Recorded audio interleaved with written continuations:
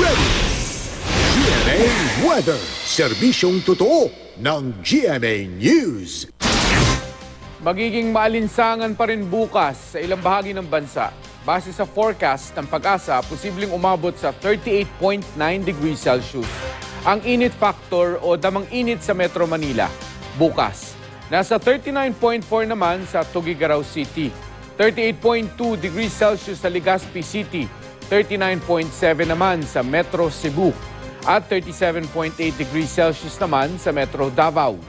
Kahit maalinsangan, asahan pa rin ang thunderstorms sa ilang panig ng bansa sa mga susunod na oras hanggang bukas. Base yan sa datos ng The Weather Company.